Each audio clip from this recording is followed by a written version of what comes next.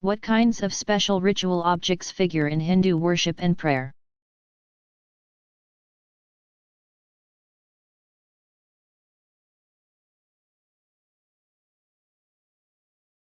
Since puja involves offerings and other uses of numerous symbolic physical substances,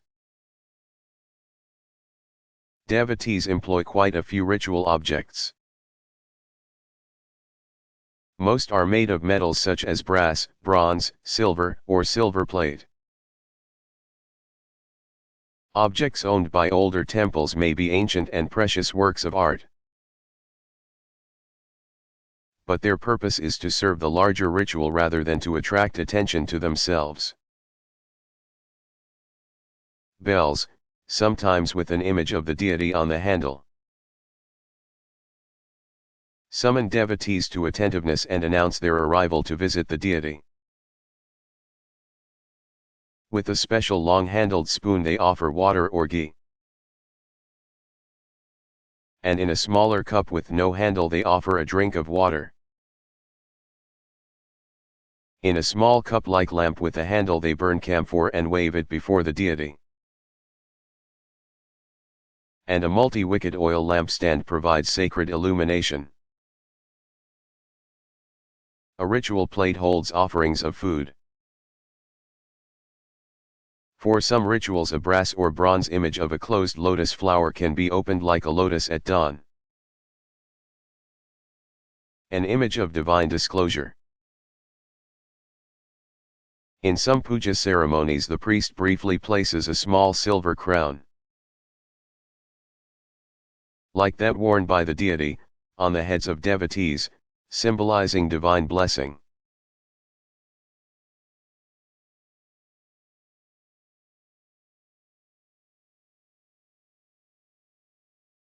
Do Jews believe in angels? What about the devil?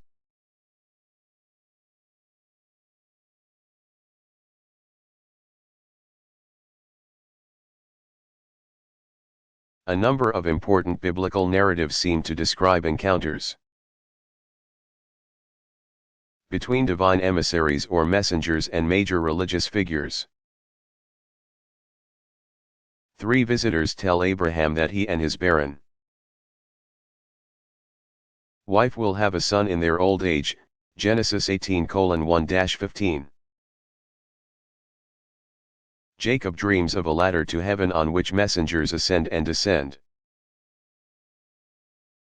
Genesis 28:10-22, and later wrestles with a mysterious man, Genesis 32:22-32. Tradition has often interpreted these and dozens of other texts in the Hebrew Bible as referring to angels. The texts are often quite ambiguous and do not describe the mysterious actors as winged beings of light or in ways that many people today would recognize as characteristic of angels. These figures are generally understood as messengers from God, and only much later did they acquire the features now commonly associated with angels. Demonic or diabolical presences also appear in the Hebrew scriptures. Tradition has sometimes identified the wily serpent in Genesis as Satan or the devil, but not until the very latest books of the Bible, such as Job and Zechariah, do we find malevolent forces specifically called Satan. Post-biblical Jewish tradition often identifies Satan with the angel of death or with the innate human inclination to evil.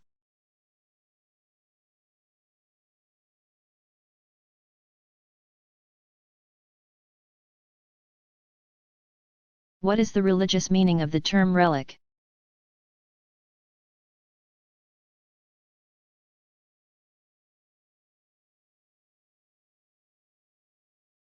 A relic is a physical reminder of the ongoing spiritual presence of some important religious figure. In that sense one could say a relic is a type of sign. The most important relics are generally portions of the bodily remains of the holy person, including bones or bone fragments, teeth, skulls, cremated ashes, or even fingernails.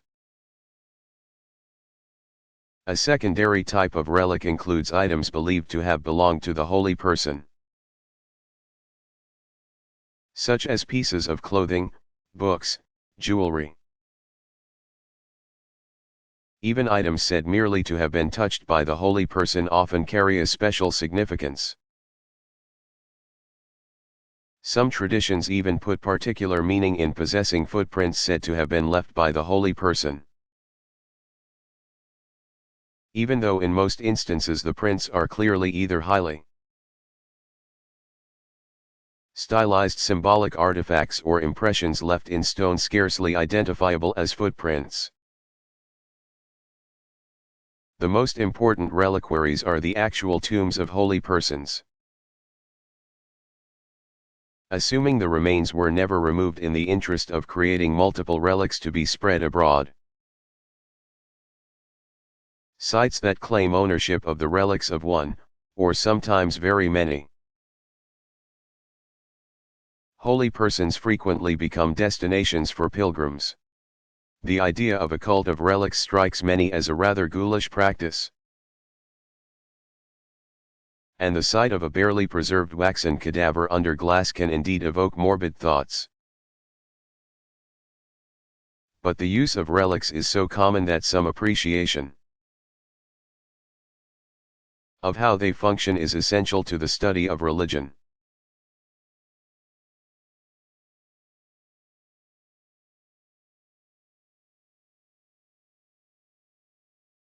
What is the difference between a sign and a symbol?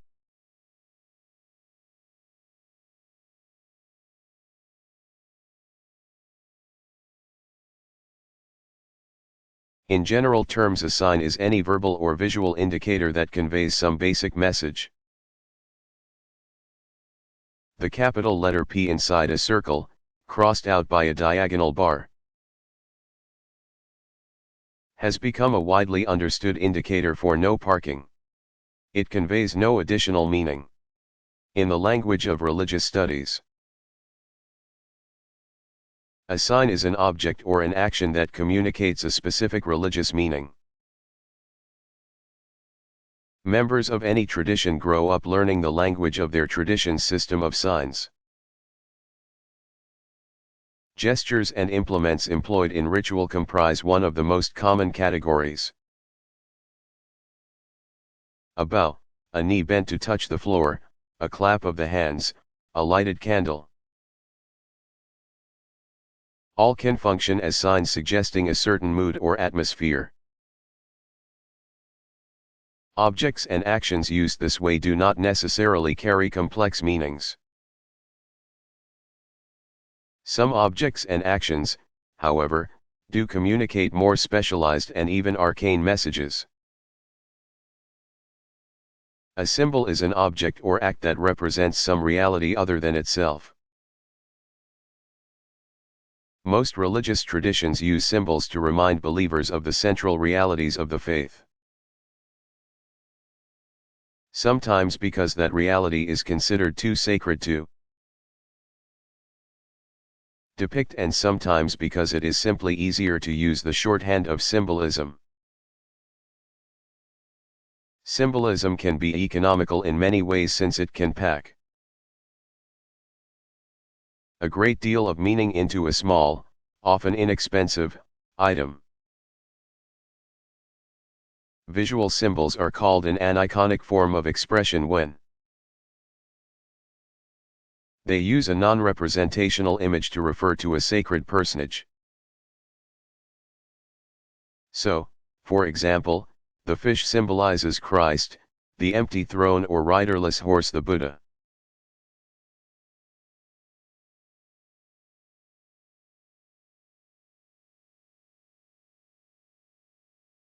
What is a doctor of the Church?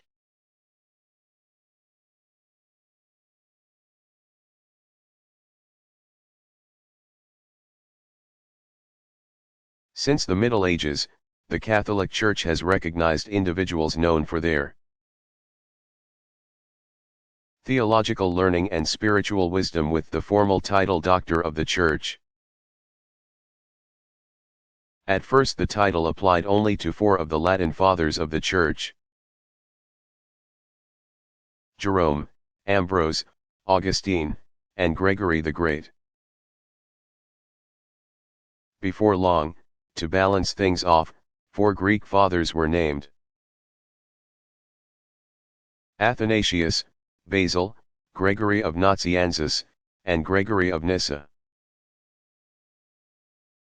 But since the mid-16th century, another 24 have had the title officially conferred upon them. These include, for example, Church Fathers, Venerable Bede, Cyril of Alexandria, John of Damascus, and Ephraim of Syria, medieval theologians, Anselm of Canterbury,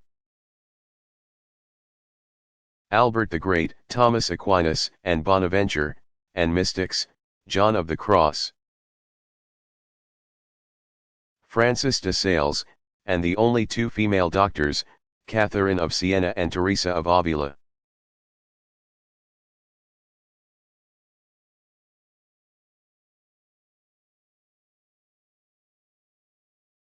What questions does the prospect of interfaith marriage raise for Christians?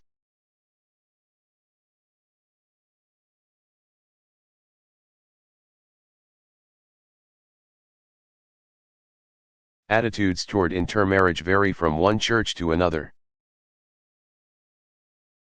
It is safe to say that on the whole, Christian parents tend to prefer that their children marry other Christians, and that Christian pastors tend to offer similar advice. There are 2 large issues at stake here. One is that when both spouses worship together, they may have a better chance at a durable marriage. The other has to do with raising children.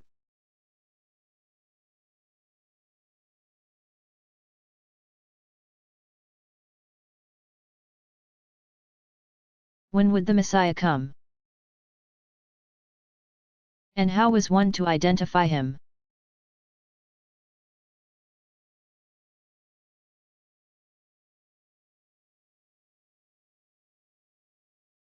Largely on the basis of their reading of Scripture, the early followers of Jesus found the answers in Jesus. By a process that would come to be known as typological exegesis. Early Christians saw in numerous Old Testament personages anticipations or types of Christ. Abraham, for example, was a type of God the Father in his willingness to sacrifice his only son, Isaac, who was in turn a type of Christ. Jonah, who emerged alive after 3 days in the belly of the whale, was a type of Christ's resurrection after 3 days in the grave. A variation on the theme of typology saw in Jesus the perfection of realities only adumbrated in the Hebrew Scriptures. Aaron's priesthood, for example, was merely temporary, as evidenced by the destruction of the temple, but that of Christ was eternal, Hebrews 7. In addition to discerning these and other typological antecedents of Christ, interpreters saw in many prophetic writings veiled allusions to the Christ who was to come. In the so-called suffering servant texts of 2nd Isaiah, for example, early Christians detected such striking parallels to what they believed were the very essence of the life and death of Jesus that the prophet could only have been referring to this Messiah. In the Greek Testament, Jesus suggests a parallel between the works he now performs and Isaiah's references to a spirit-filled anointed one who preaches good news to the poor, frees the imprisoned, and heals the blind, and likens himself to Elijah and Elisha, Luke 4:16-30. These are only a few of the ways in which early Christians found legitimation for their views in Jewish tradition.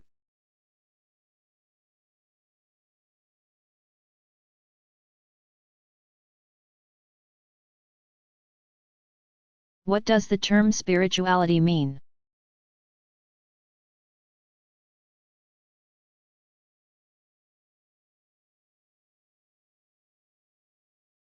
Spirituality is the experiential dimension of a religious tradition.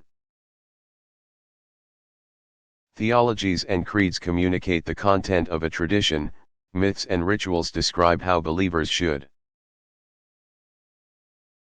externalize those beliefs in action. Religious ethics suggest norms by which to evaluate one's behavior. Spirituality presupposes all that and goes deeper. Spirituality is about what all those things have to do with the relationship between a believer, both as an individual and as a member of a community of faith, and the source and final goal of human existence. Every tradition offers help in understanding how that central relationship unfolds through one's entire life. In many traditions, the various types of personalities and powers are an integral part of spirituality. But beyond these personalities and powers, religious persons express their spiritualities in a wide range of manifestations. From literature to architecture. From the minutest details of ritual to the largest institutions and structures of authority.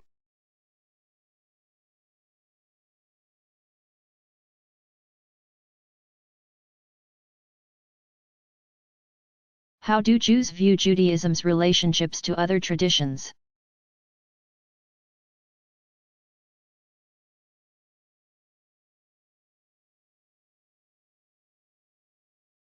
Even the earliest biblical texts that describe the formative years of Judaism as a faith tradition show a vivid, if largely disapproving, awareness of the religious practices and beliefs of other peoples. Jews were to be a people of faith who would distinguish themselves by their faithful response to divine initiative. Biblical Judaism defined itself in the context of various Canaanite pagan cults, which often exercised an unholy fascination on Jews of wavering faith. Most Jews are, of course, keenly aware of their tradition's complex relationship to Christianity, which claims to be a fulfillment of an ancient messianic expectation. From the Jewish perspective, Christianity was just another of many false movements of its kind. Many have also been puzzled and hurt by ongoing Christian condemnations of Jews as Christ killers, a hateful epithet only recently repudiated by the Pope. Throughout medieval times in Europe, Jews often suffered cruelly as a result of severely prejudicial Christian decrees as to how Jews should live and even what they should wear in public. Most of all, many Jews simply do not understand why so many Christians have harbored such a virulent animosity toward Jews. Judaism has also had an important connection to Islam over the centuries. Jews have generally fared better under Muslim regimes throughout the Middle East, North Africa, and Spain than under Christian authority. From a strictly religious perspective, however, Judaism is strikingly close to Islam in many respects, both in practice and belief. from an uncompromising monotheism to dietary concerns to an egalitarian style of worship and view of authority.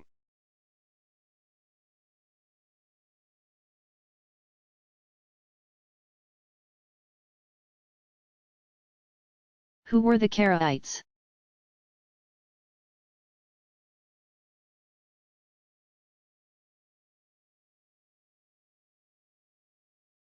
Around the middle of the 8th century, Anan ben David, c. 762–67, was elected counter-exilarch of the Jewish communities in Iraq. Tradition has it that he laid the foundations of a school of thought that would come to be called the Karaites, from the Hebrew to read, recite scripture, because of their emphasis on scripture as the sole basis of Judaism. Like latter-day Sadducees, the Karaites rejected centuries of oral tradition as superfluous.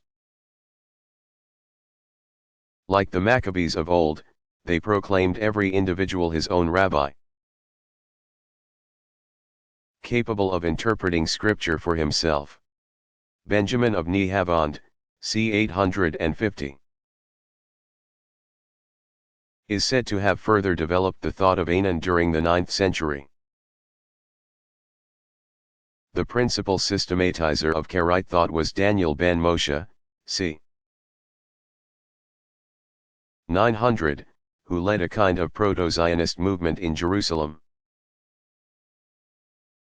Karaite rejection of Talmudic learning gave rise to their preaching a need to return to the Holy Land. Talmud and later oral tradition had, they argued,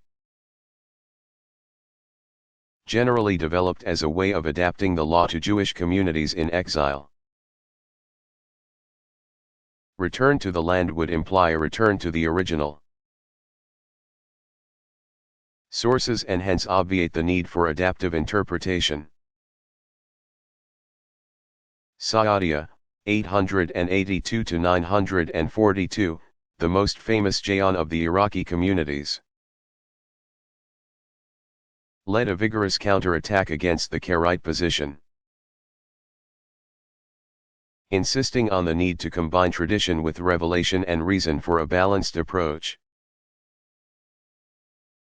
Small groups of intellectual descendants of the original Karaites survived into the 20th century. But they have had little influence in recent times.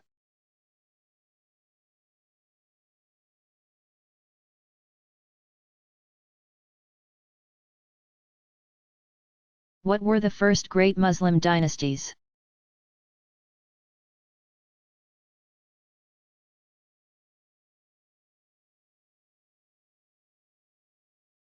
Relatives of Uthman, called the Umayyads, brought Ali down for his complicity in the murder of Uthman. They established a new seat of power in the ancient city of Damascus,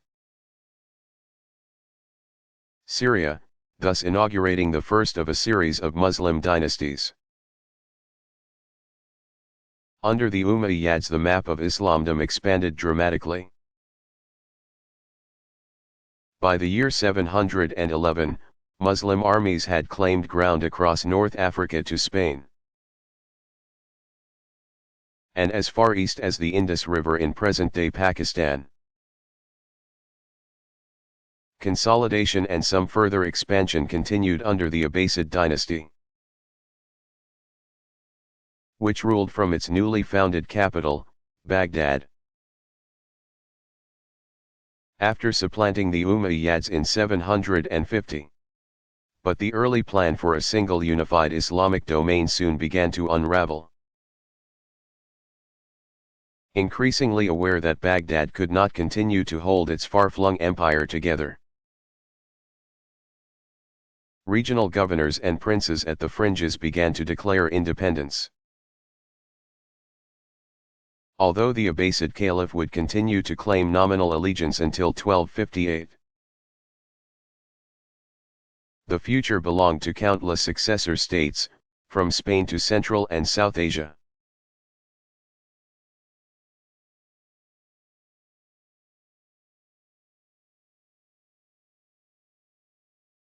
What was the Holocaust?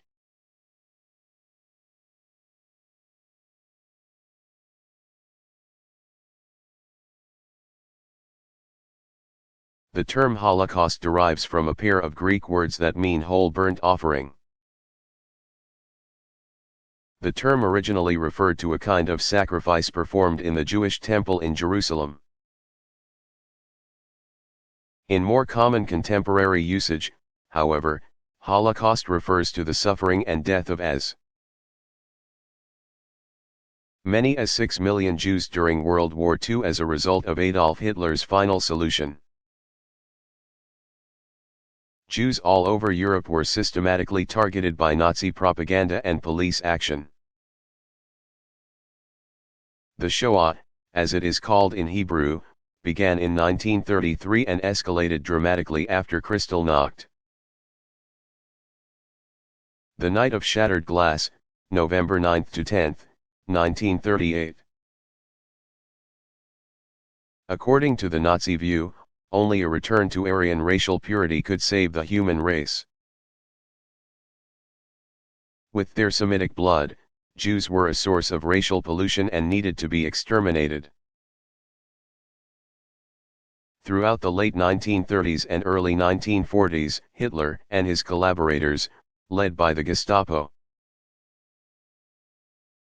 Geheimstaatspolizei, or State Secret Police, and the feared Blackshirt SS, Schutzstaffel, rounded up hundreds of thousands of Jews and herded them into boxcars for transport to concentration camps scattered through Central and Eastern Europe. Many prisoners too small or too weak to work were immediately taken to the gas chambers, often disguised as showers, where they were killed with Zyklon B gas.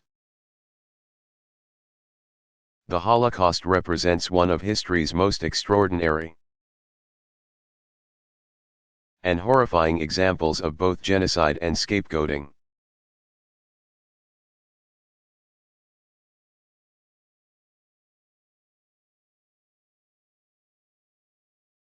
What kinds of special ritual objects figure in deist worship and prayer?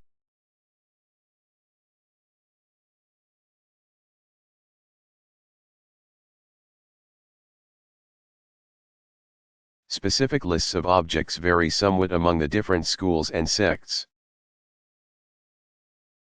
Here are the most important ritual devices of the Celestial Masters school. First and foremost are the ubiquitous talismans that consist of a written magical formula or mantra symbolizing a contract between the deities and human beings engaging in a ritual exchange. Only a qualified ritual specialist may execute a talisman, which usually includes a specially drawn Chinese character as well as other visual symbols appropriate to a particular spiritual purpose. Possessors of talismans generally think of them as guarantees of divine aid. People wear them or hang them in home or office to attract positive energies. The precious sword of the 7 stars, symbolizing the Big Dipper, appears often in blessings and exorcisms, whether for individuals or as part of cosmic renewal observances. As a symbolic purification to the cardinal directions,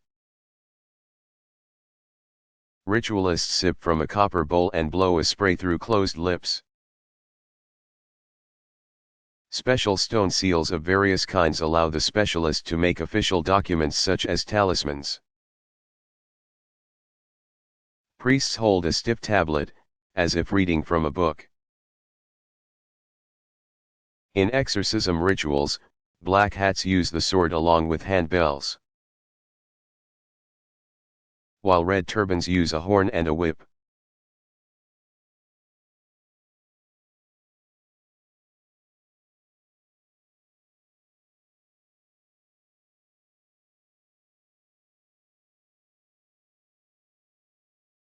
Do millennialism or messianism have a place in Shinto thinking?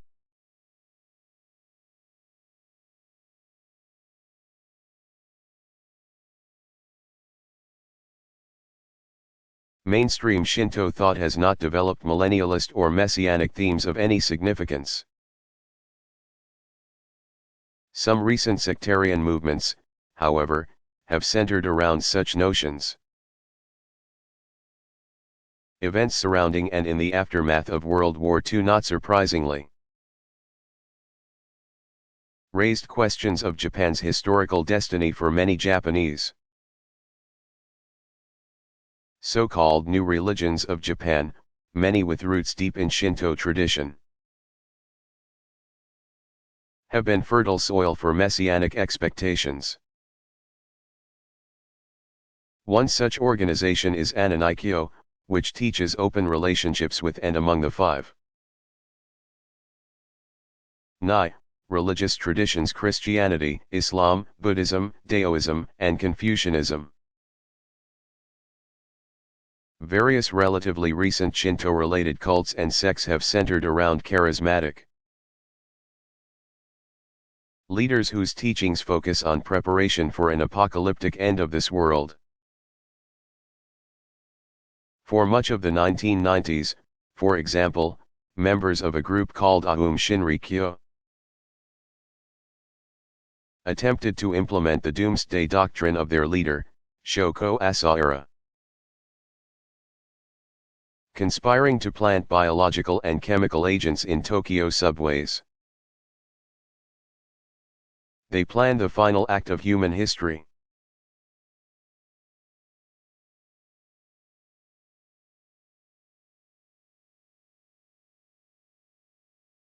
Did Hinduism have a historical founder as Christianity and Islam did?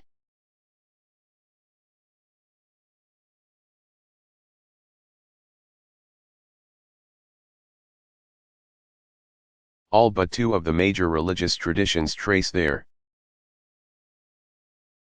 origins to a specific individual teacher or foundational figure. Only Hinduism and Shinto do not, keeping in mind that the individual founders of other religious traditions identify may be impossible to pin down historically. Some people regard historical concreteness and detail as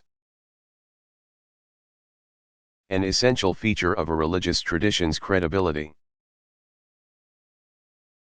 From the Hindu perspective, it is the very uncertainty as to the tradition's origins that enhances its attractiveness. The eternal truth that Hindus call Sanatana Dharma emerges from the mists of antiquity in an aura of perfect mystery, as befits a truth of divine origin.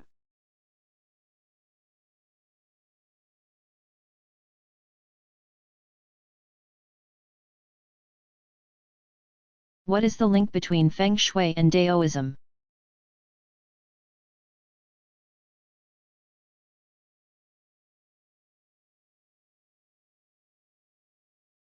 Feng Shui, a term meaning wind and water,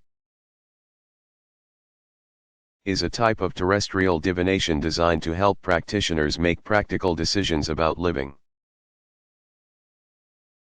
arrangements that will be in harmony with natural energies and forces. This symbolic system coordinates critical elements of time and space to allow for maximum harmony in every conceivable human interaction with nature. All natural features, including trees, rivers, mountains, and valleys, for example, have their distinctive influences on the flow of energy. Failure to take of these forces into account can make life much more difficult than it need be. In practical terms, Feng Shui assists people most of all in choosing the orientation and design of the built environment, in other words, architecture and urban planning. A geomantic compass allows people to arrange the spaces in which they live and work in accordance with the principle of the 9 palaces. The compass indicates where yin and yang energies flow. A grid of 9 squares, each of which contains 3 numbers from 1 to 9. Can be used in connection with building plans to indicate optimum placement of particular kinds of spaces within a home or office, e.g. storage, study, eating, or sleeping spaces. This ancient environmentalist system has grown from careful observation of the consequences of human interaction with the greater cosmos. Chinese tradition emphasizes the need to conform with the way of nature rather than attempting to dominate it.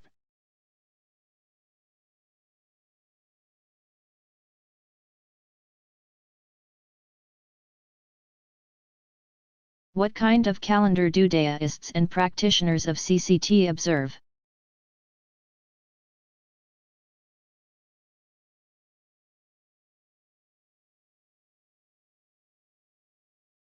Firmly anchored in traditional astrological calculations, the Chinese lunar calendar consists of 12 months of 29 or 30 days, since the time between new moons is about 29.5 days. The lunar year dovetails with the solar with the intercalation of extra months at certain intervals. Reckoning began around 2637 BCE, so that the year 2000 marks the year 4637. Each of the 12 animals of the zodiac is associated with a particular quality or event and gives its name to every 12th year. Beginning with the rat, industry and prosperity, and proceeding in order through ox, spring planting, tiger, valor, hare, longevity, dragon, power and good fortune, snake, cunning, horse, perseverance, sheep, filial piety, or goat, monkey, health, rooster, protection, dog, fidelity, and pig, home and family. The year 2000 is the year of the dragon, 2001 that of the snake, 2002 that of the horse, and so on. 5 full cycles, each named after one of the 5 elements: wood, fire, earth, metal and water, equal 60 years, an important interval for ritual purposes. Major annual markers are the winter, maximum yin, and summer, maximum yang, solstices and vernal and autumnal equinoxes.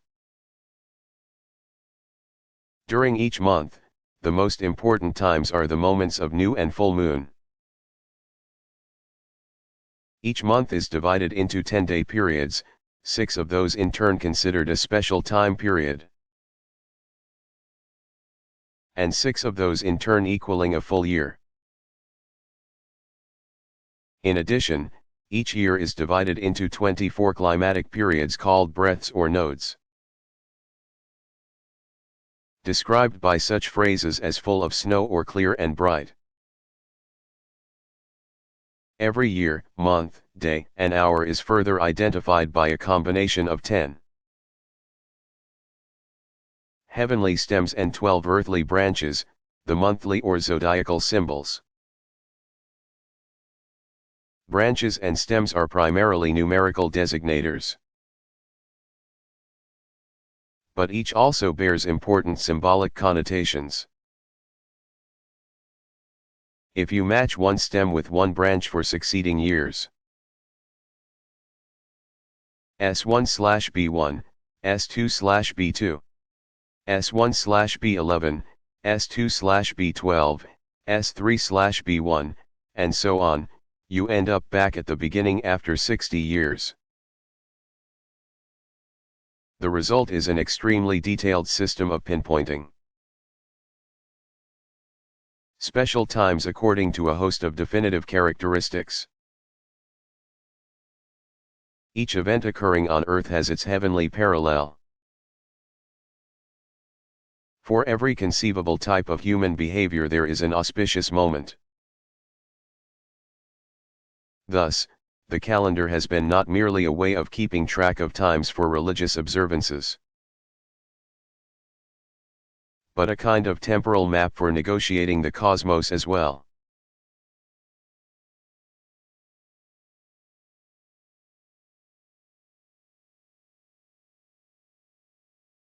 Are there any organizations or institutions that have their own distinctive structures of leadership within any of the branches of Islam?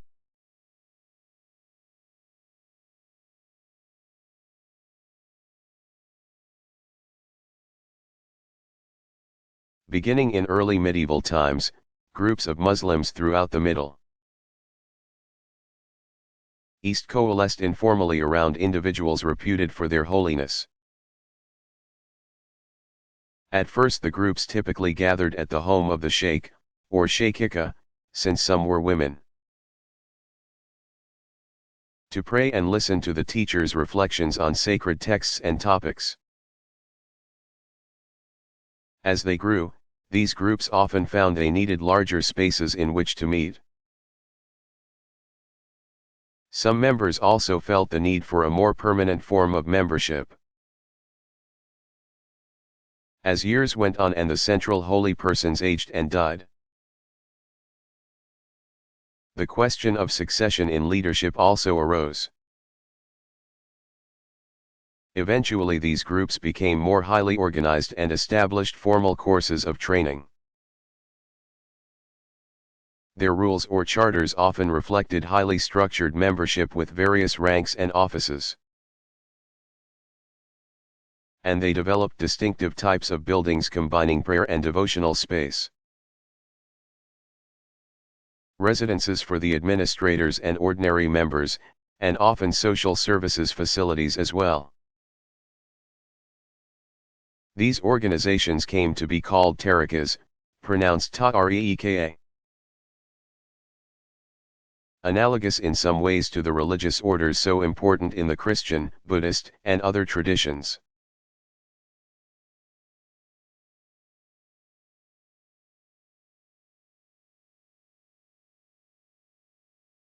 Is the term revelation useful in understanding Daoism or CCT?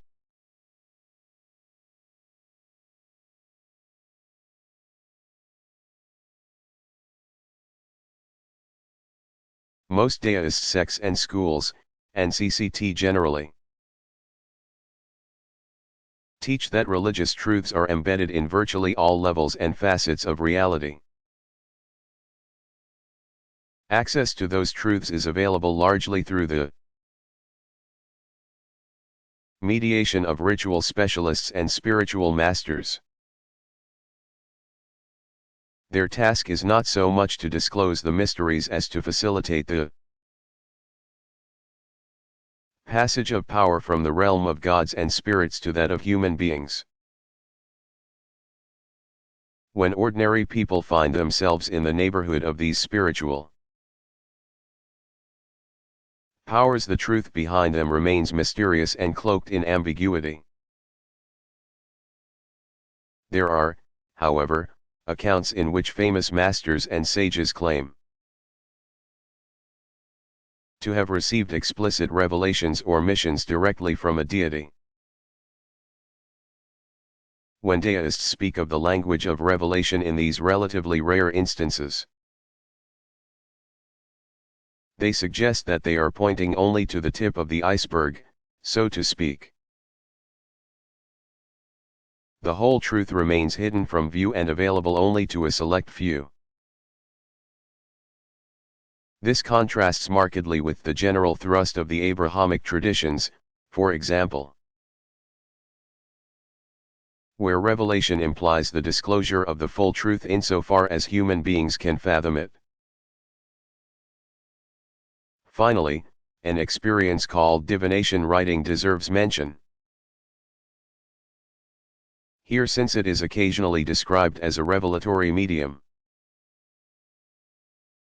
The Shangqing school claims to be based on a series of nocturnal revelations. Founder Yang Shi reported that heavenly beings came to him in a vision and caused his hand to write the sacred texts.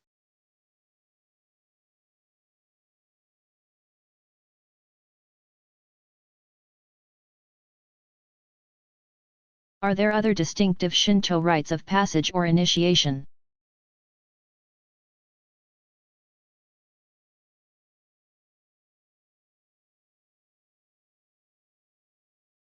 Several types of ceremony and celebration are associated with various stages in life. Tradition recommends that parents, formerly the grandmother, since mothers remained impure for a time after childbirth, bring 32-day-old boys or 33-day-old girls to the shrine for a special blessing. This first shrine visit, Hatsumiya Meiri, functioned as the infant's initiation into the Shinto shrine community. Older children also have their days. Each November 15th, a festival called Shishigo-sen 753, marks a rite of passage for both boys and girls. 3 and 7-year-old girls and 5-year-old boys don their fanciest dress-up outfits for a shrine visit to pray for a safe and happy future. Putting on special clothes is a major ingredient in rites of initiation. Young people reach the age of adulthood at 20. On Coming of Age Day, see Jinohai, January 15th each year. Young adults, especially women, visit shrines in formal attire for a blessing. Other coming-of-age observances identify manhood with age 17 and womanhood with 19. Acknowledging the difficulty of life's changes with the bestowal of protective talismans. Many older Japanese still observe rites of passage that acknowledge the challenges of aging. They may visit shrines when they reach the ages of 61, 70, 77, 88, and 99. To ask for protection and blessings.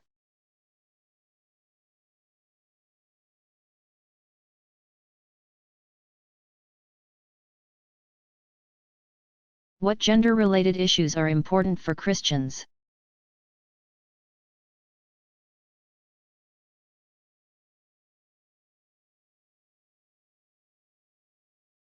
According to the New Testament, women played important roles in the life of the early church, including that of deaconess dedicated especially to ministering to women. Women in the categories of virgins and widows also occupied a special place in church society. The ordained office of deaconess was revived by the Church of England, and slightly later in Methodism, during the 19th century. Nowadays, opportunities for women to exercise leadership varies a great deal among Christian communities. Catholicism is well known for its refusal even to discuss the possibility that women might be ordained to the priesthood. But the Catholic Church is not alone in its stance on gender exclusiveness for positions of official service and authority. Though many churches have never issued formal statements on the matter, the dominant social culture of the groups is such that an exclusively male officialdom is simply presumed. At the other end of the spectrum, Anglican churches in the United States have recently ordained women to the priesthood. Some Pentecostal and holiness churches are entirely comfortable with women ministers and preachers, and in some cases have women as bishops.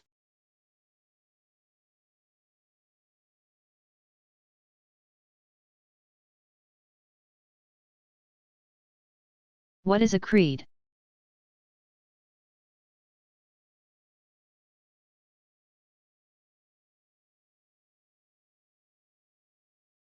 As a general concept, creed refers to the totality of what members of a religious tradition believe. As a technical term, creed means a formal statement that sums up the key points in a belief system. Creedal statements are typically short enough to memorize, but can be long enough to take 2 or 3 minutes to recite. Members of many religious traditions engage in ritual recitation of their creeds as a way of reaffirming their assent to core beliefs. Creedal statements are occasionally direct quotations from a scripture. More often than not, they are a later development, refined by generations of reflection. More elaborate creedal formulas typically evolve only when diversity of views begins to divide a community of faith so that the majority feel a need to define themselves against the unacceptable tenets of an emerging minority. Some religious traditions see no need for creedal formulas.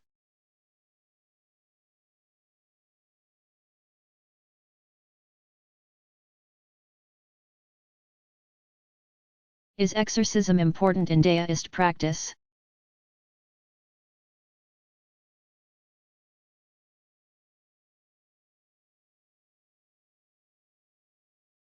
Many deist rituals are designed to expel, control, or pacify troublesome spirits, or,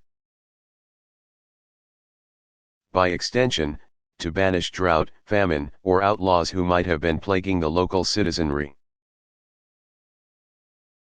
Deists rarely identify individual problems as personal cases of demonic, gooey, possession. Much more common are instances in which a specialist's skills are required to liberate temples, homes, and business establishments from evil influences. Until some 30 years ago, Roman Catholic tradition included a specific ritual to ordain young candidates for the priesthood to the order of exorcist, one of 4 so-called minor orders. Ordination to the deist priesthood still includes an emphasis on the ability to perform exorcism as one of its essential features. Rare descriptions of demonic possession suggest some elements similar those described in Roman Catholic archival accounts of exorcism, including the need to have several stout attendants restrain the possessed person occasionally. After performing a variety of ritual actions, such as lighting candles and incense and burning the appropriate charm, the exorcist enjoins the spirit to depart and a contest of wills ensures.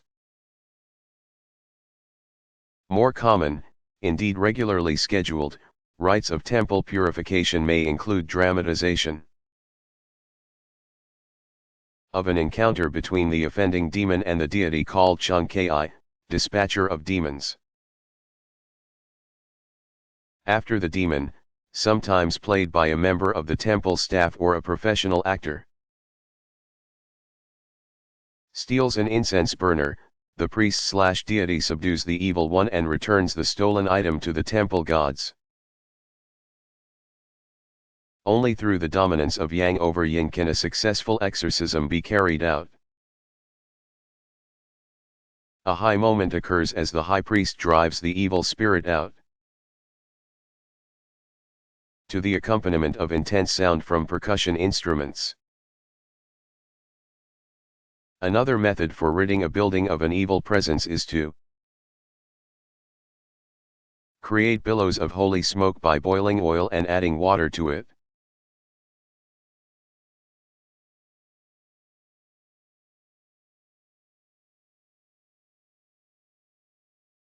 Is there such a thing as a Christian saint?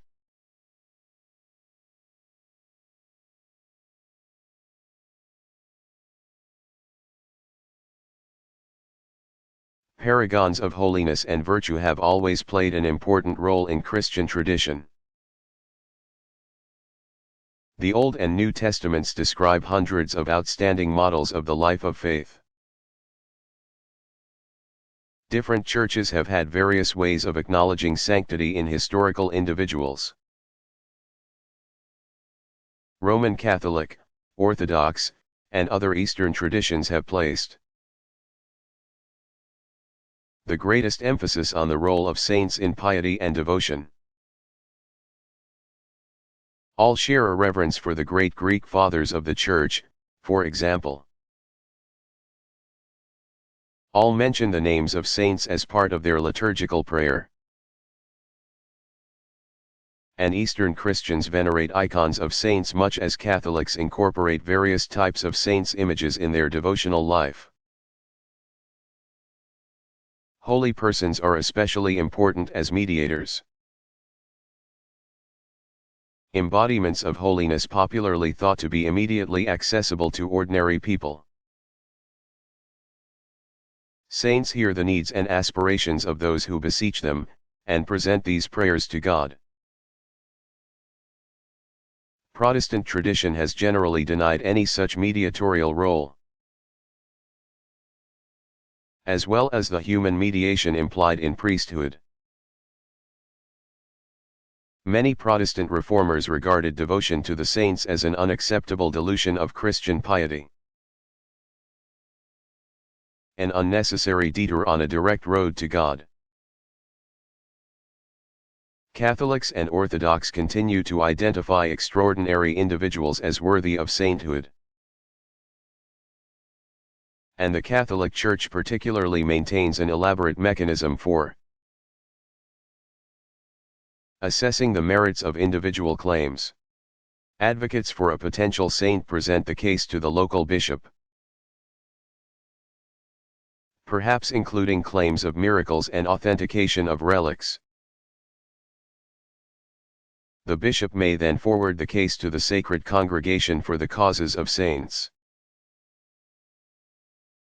A church official known popularly as a devil's advocate raises objections to the cause so as to expose any weaknesses in the argument. Once sufficient evidence of two authentic miracles has been advanced,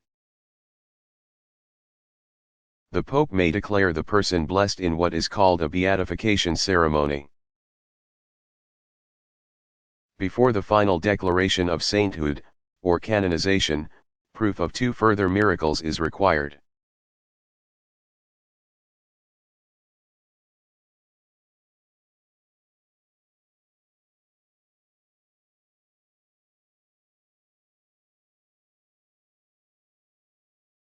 What is meant by the term the rapture?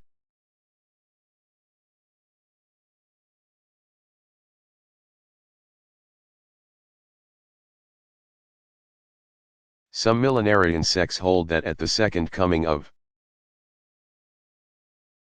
Christ all believers will be taken up, rapt, into heaven.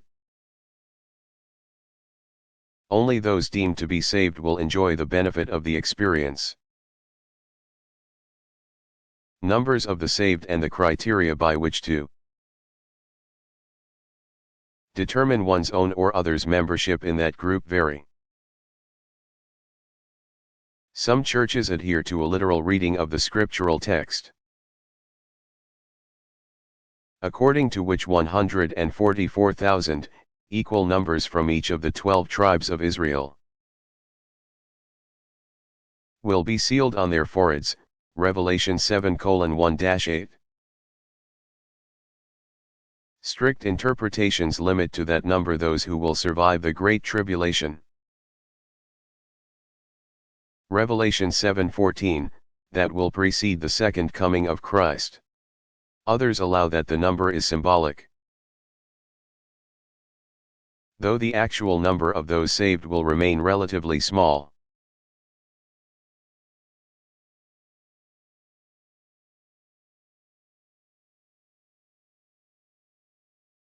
What other ideals does the Hindu tradition recommend?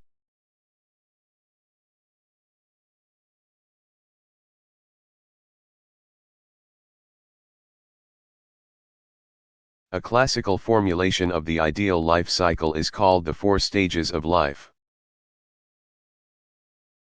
It applies almost exclusively to males, but the implications for women are fairly clear. The traditional system is called Varnashramadharma. The law, dharma, of caste, varna, and life stage, ashrama.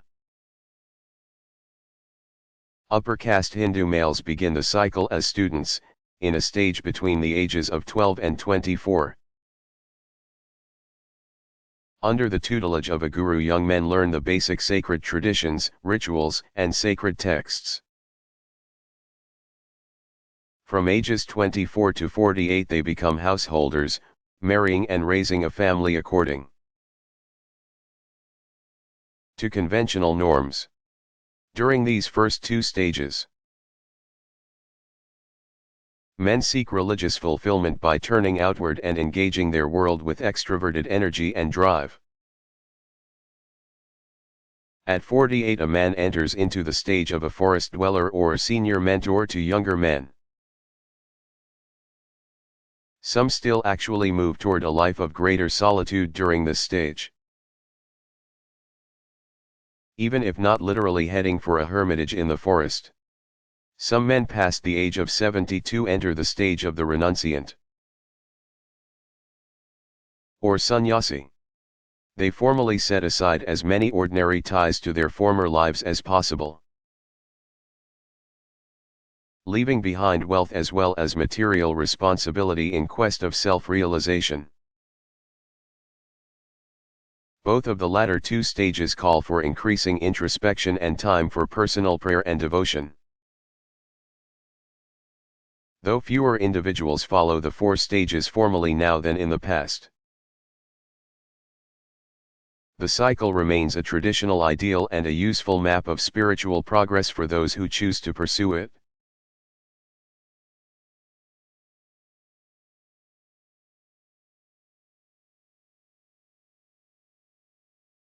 Do Shinto practitioners revere any persons as especially gifted with wisdom?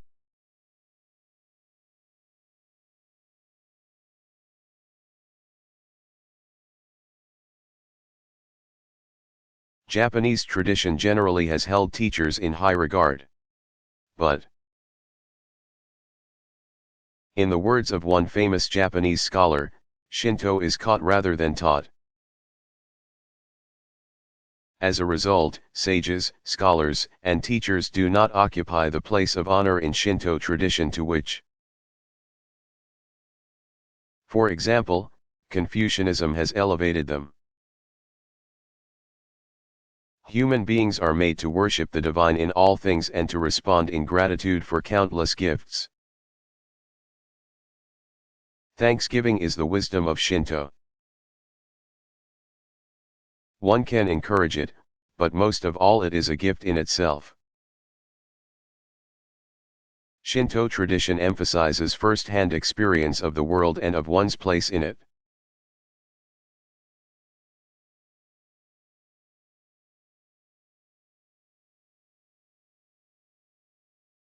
What are the main Christian notions of afterlife?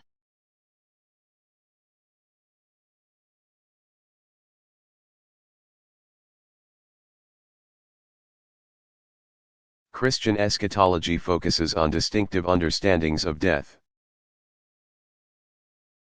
judgment, and consequential experiences called purgatory, heaven, and hell.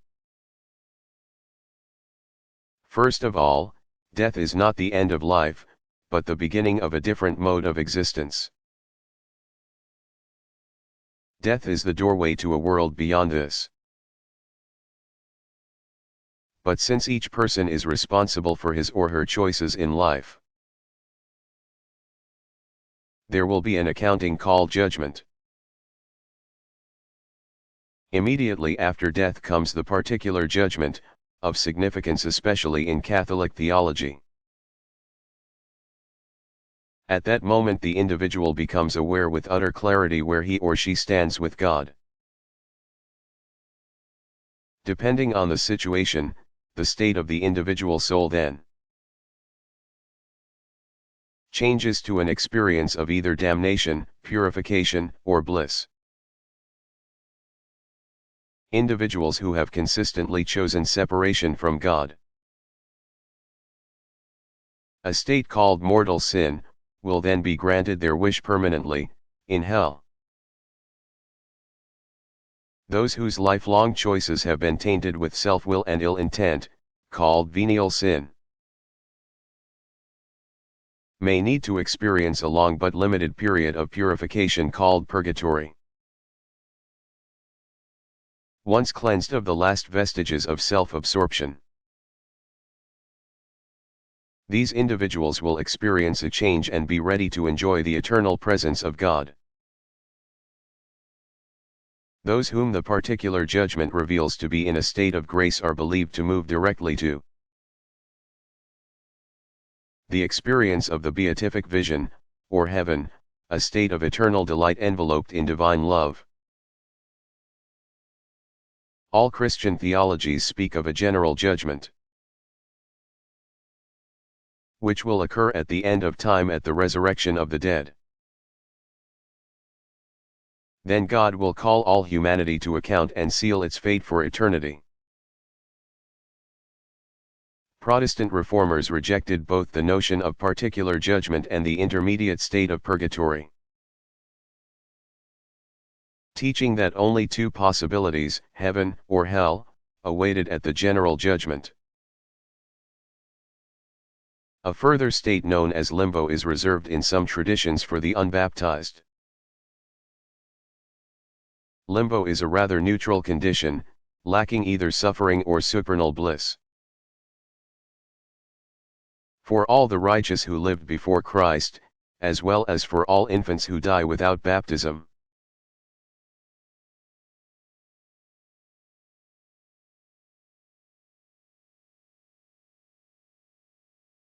What is the ritual details of circumcision?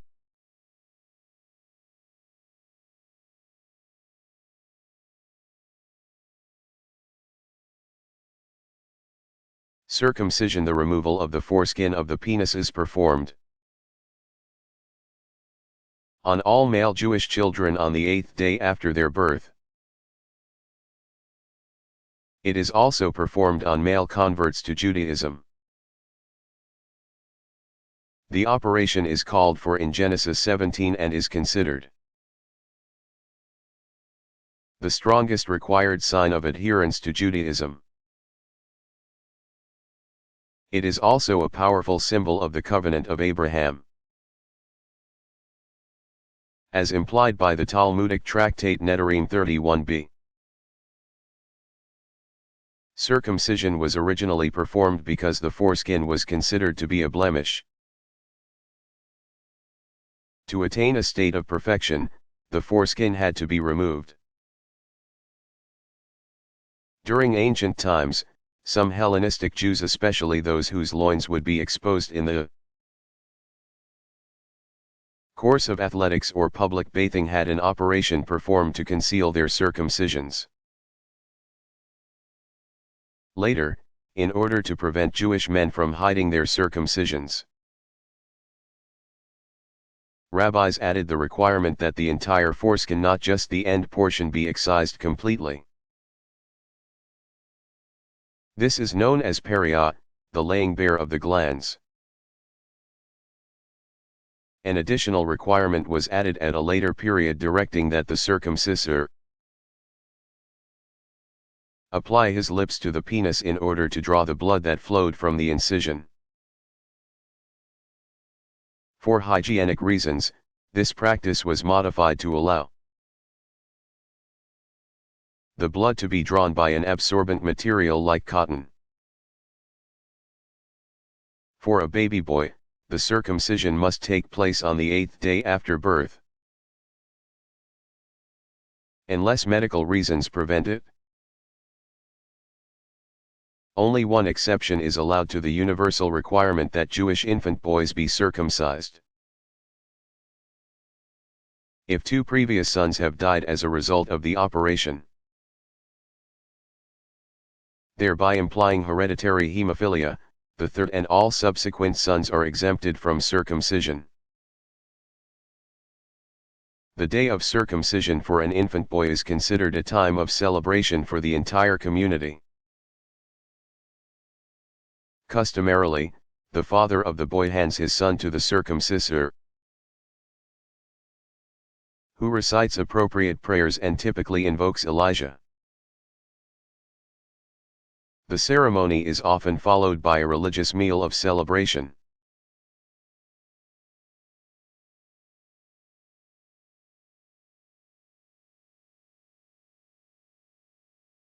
What is the connection between regular observances and sacred history?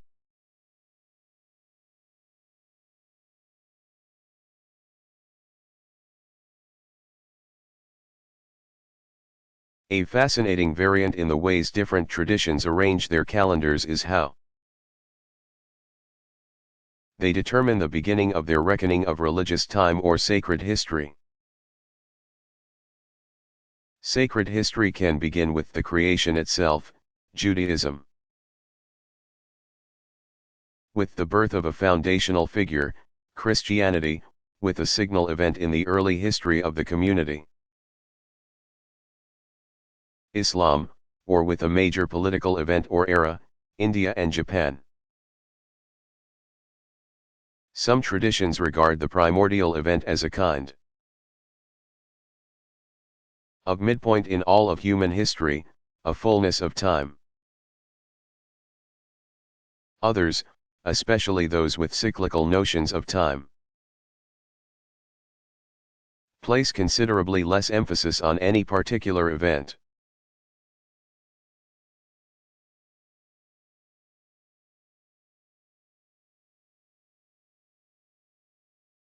How do Shinto practitioners celebrate birth?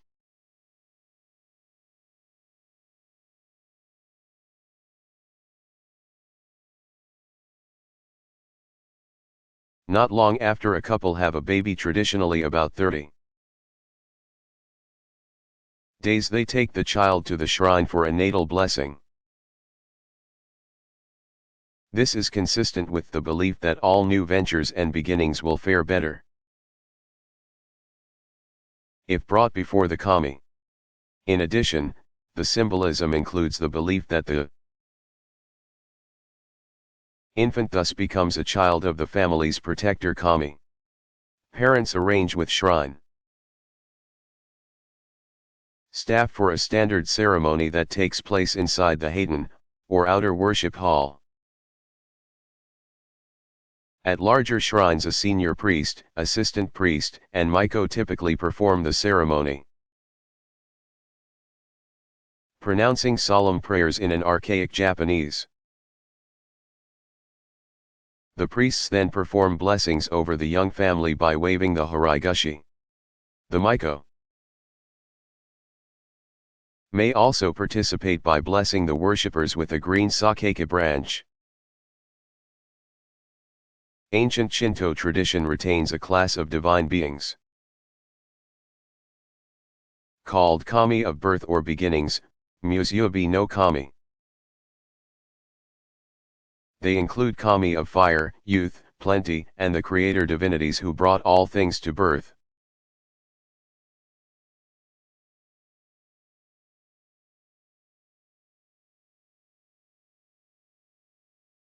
Who was the Grand Inquisitor and what was the Inquisition?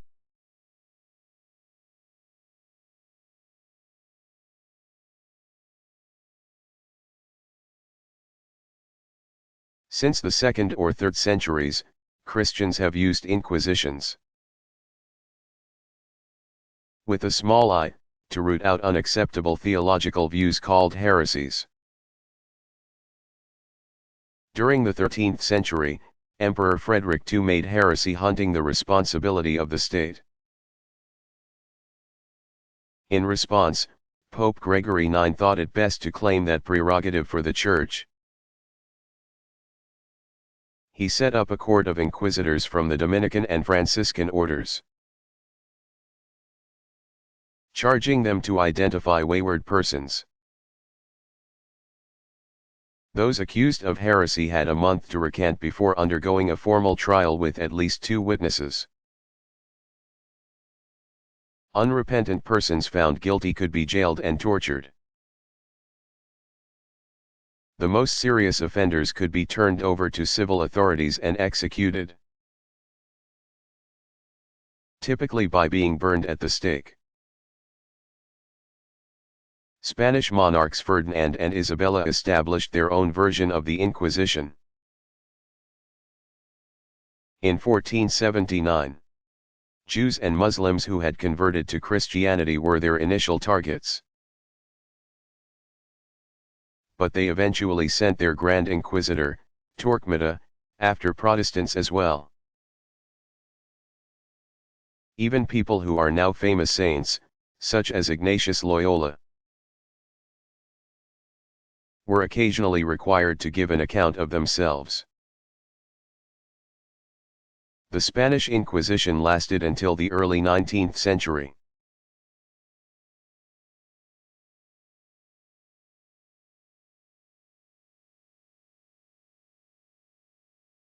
Are any feasts dedicated especially to the goddesses?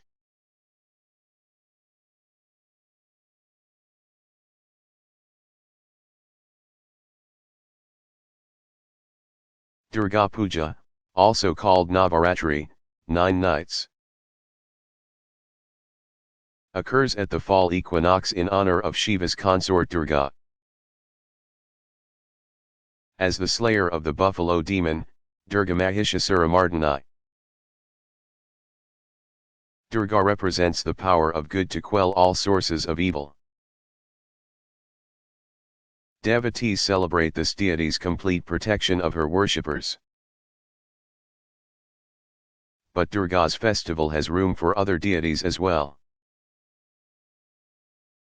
The first day celebrates the goddess Sarasvati, patroness of learning and beauty. In some regions the fifth day belongs to a goddess called Lalita. Bengalis sometimes still sacrifice water buffalo in honor of Durga's cosmic victory over evil.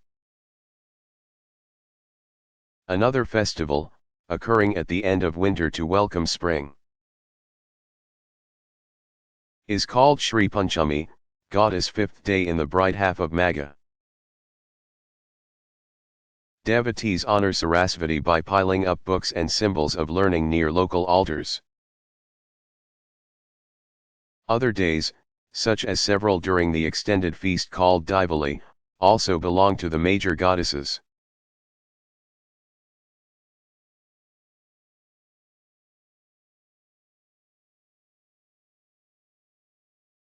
What were the achievements of the prophet Moses?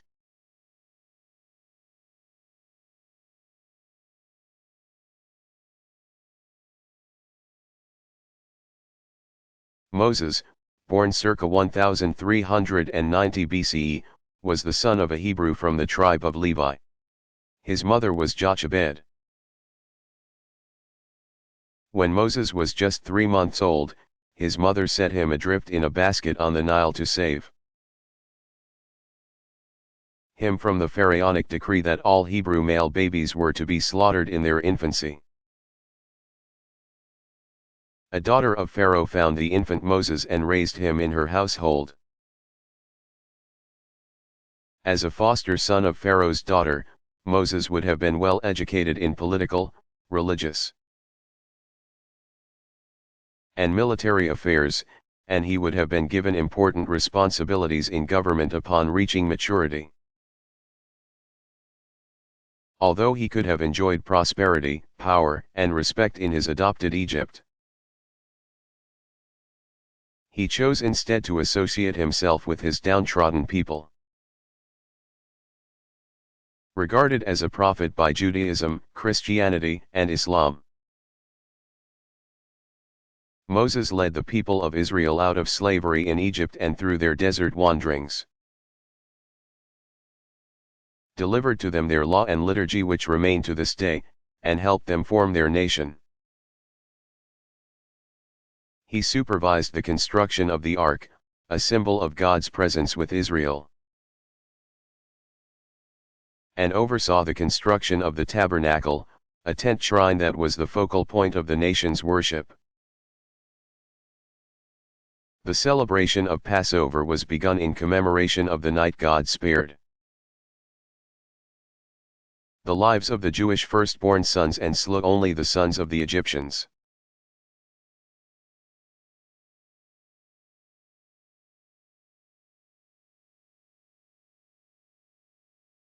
Are there mythic elements in Hindu tradition?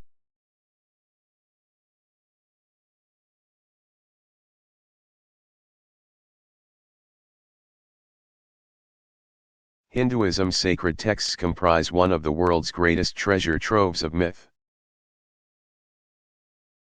Non-Hindus, especially Westerners who find themselves inclined to discount Hindu tradition as just a collection of stories,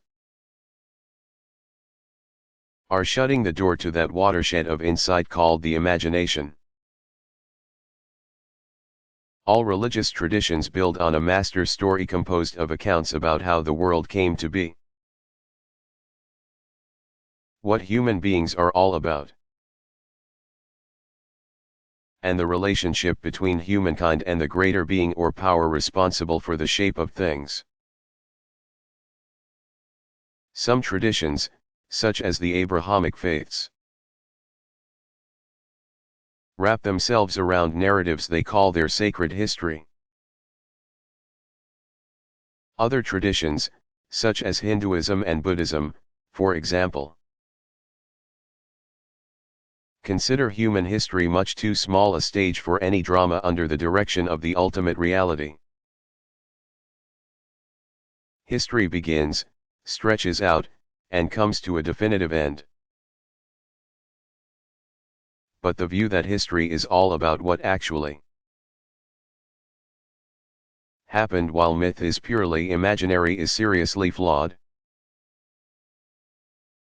History and myth are two very different ways to answer the big questions about human life. Sacred history tells how God has worked in the world by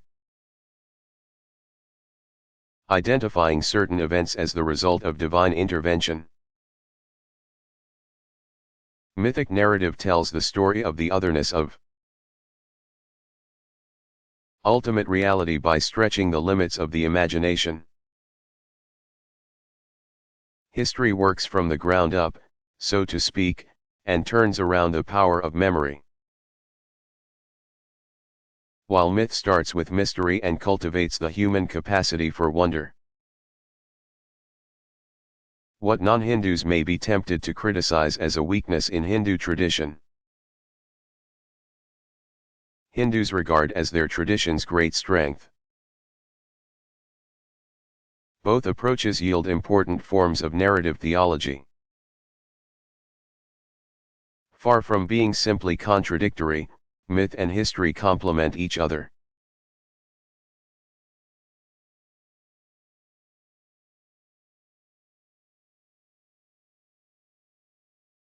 How do Muslims interpret their sacred texts?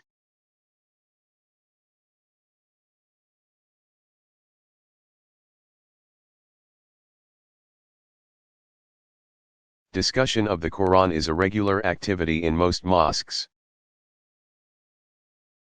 usually in connection with the Friday congregational prayer, and in the United States also held on Sundays.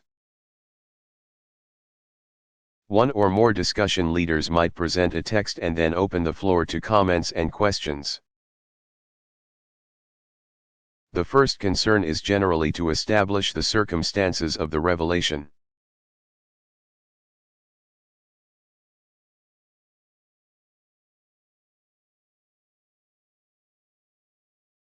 Do Muslims revere any persons as especially gifted with wisdom?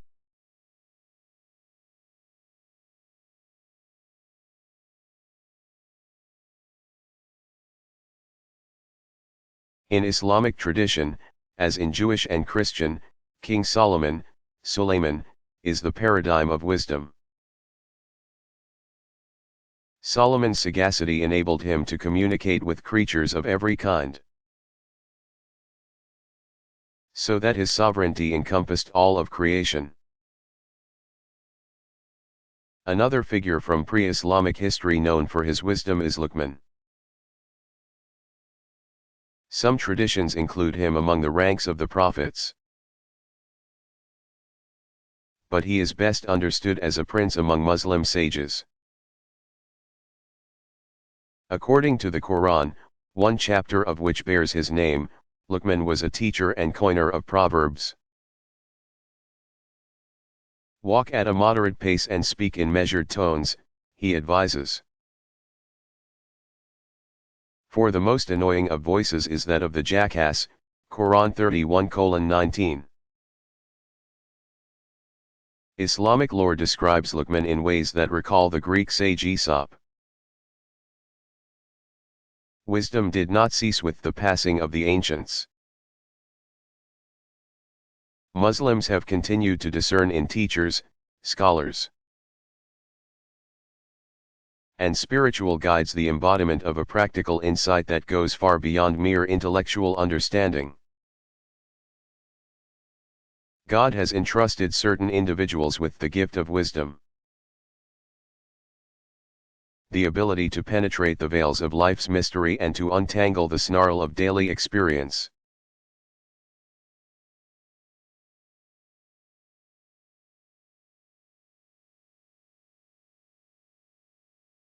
Are there any organizations or institutions that have their own distinctive structures of leadership within Shinto?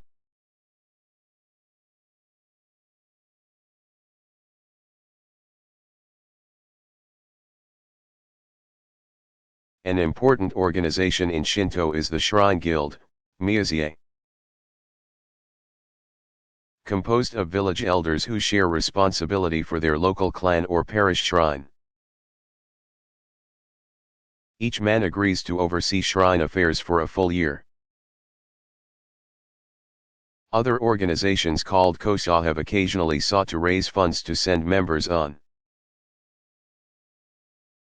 pilgrimage or to galvanize public support for a particular project such as shrine renovation.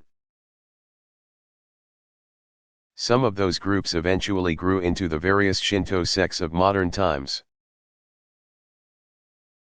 Various groups known as Sodeikai, Ujikokai, and Ujiko Sodei, loose synonyms for associations of parishioners/worshippers,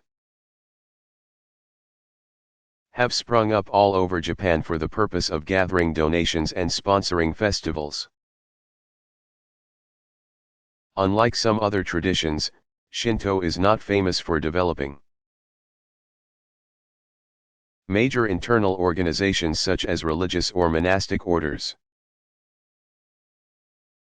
that may connect to the fact that the Shinto priesthood itself is historically